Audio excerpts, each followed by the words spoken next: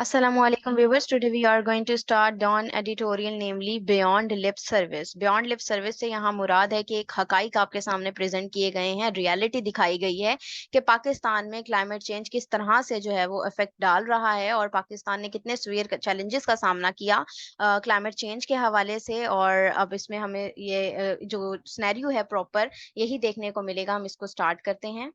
UN Secretary General Antonio Guterres did not mince words at the recently held Climate Ambition Summit. General secretary जो UN के Antonio gutter हैं, उन्होंने mince नहीं किए, word बनाकर नहीं बोले, बल्कि रियलिटी प्रेजेंट की। Humanity has open the gates of hell. उन्होंने कहा कि ह्यूमैनिटी ने जहन्नुम के दरवाजे खोल दिए हैं।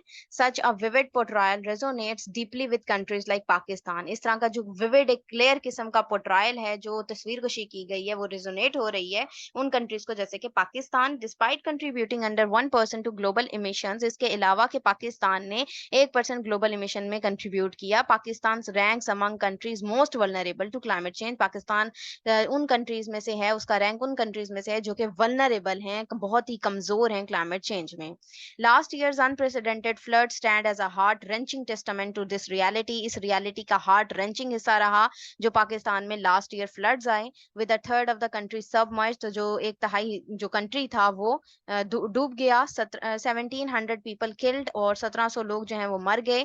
And over 8 million displaced, 8 million displaced हो गए। Besides more than 30 billion dollars in economic losses, और इसके अलावा के 30 बिलियन डॉलर जो हैं वो मुआशी जो नुकसान है वो भी हुआ। Yet global responses have been insufficient, और अभी तक जो ग्लोबल रिस्पॉन्स है वो इनसफिशिएंट रहा है। ठीक है। In his address to the UNGA, जो यूएन की जनरल असेंबली है, उसमें एड्रेस करते हुए caretaker prime minister Anwarul Haq Kakar spokes of how first the covid pandemic, कि किस तरह से अनवारुल हक ने कहा कि किस तरीके से फर्स्ट जो है Covid pandemic,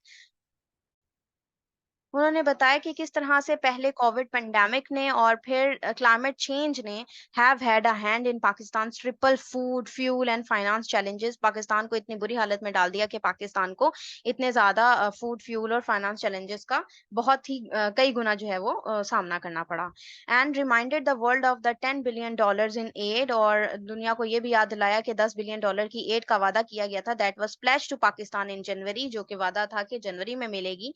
He urged countries to resist selectively providing funds on the basis of geopolitical considerations. उन्होंने ये भी अर्ज किया कंट्रीज को कि वो फंड दें और जियोपॉलिटिकल कंसिडरेशन की बेस पर। His plea follows a briefing in March by UN spokesman Stephen Dujarric, who had revealed that only 40% of the pledges were fulfilled. ठीक है, उनकी ये प्ली जो है वो फॉलो कर रही थी उस ब्रीफिंग को जो मार्च में यूएन के स्पोक्समैन ने की। ठीक है, जो ये रिवील कर रही थी कि 40% जो प्लेजेस थे वो ही जो है वो फुलफिल हुए।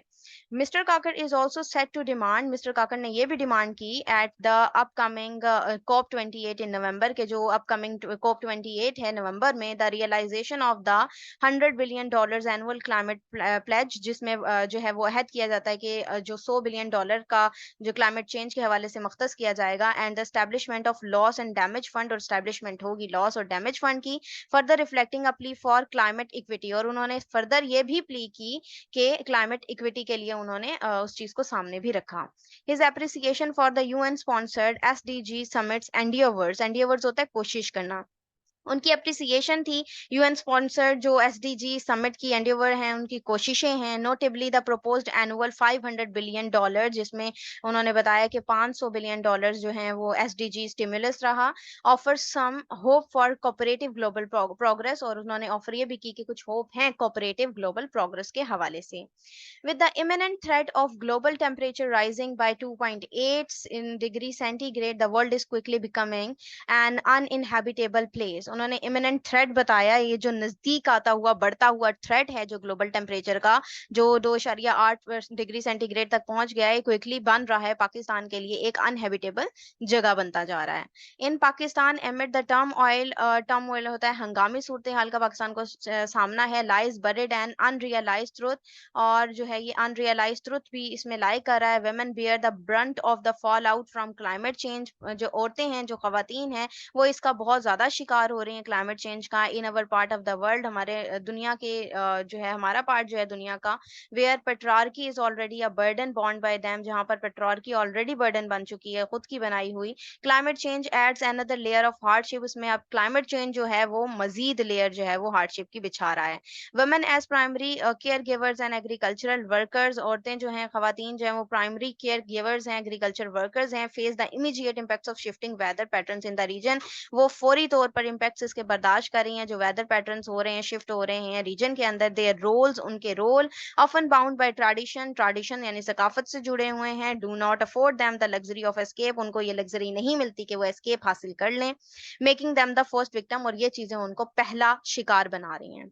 In Sindh, the hardest hit province in last year's floods after getting 471% more rain than the 30-year average of the 1.5 million cotton pickers। ठीक है, और ये सिंध में उन्होंने बताया हार्डेस्ट हिट प्रोविंस रहा लास्ट ईयर, जब इसमें आए 471% यहाँ पर रेन हुई, मोर देन 30-year एवरेज, जो कि 1.5 जो है उन्होंने कॉटन पिकर्स की आपको सिचुएशन बताई है।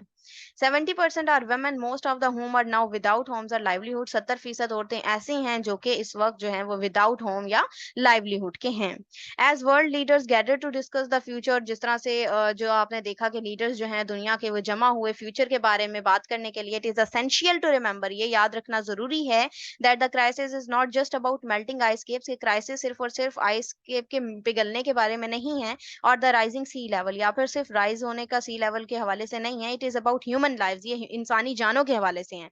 पर्टिकुलरली खसूसी तौर पर those of women in vulnerable areas, उन औरतों के हवाले से जो कि कमजोर एरियाज में हैं, टिटरिंग ऑन द एज, जो कि तबाही के दहाने पर इस वक्त खड़ी हैं। The globe's collective conscience must move beyond mere acknowledgement, तो कलेक्टिव जो कॉन्शियंस है उसको बियॉन्ड जाना होगा, ना सिर्फ एक्नॉलेजमेंट में देखना होगा बल्कि उससे बियॉन्ड भी जाकर देखना होगा चीजों को।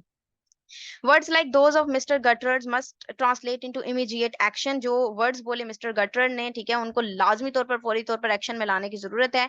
It is not just about saving the planet, ये ना सिर्फ प्लेनेट को सेव करने के हवाले से, it is about saving it's people, बल्कि यहाँ के लोगों को सेव करने के लिए भी है।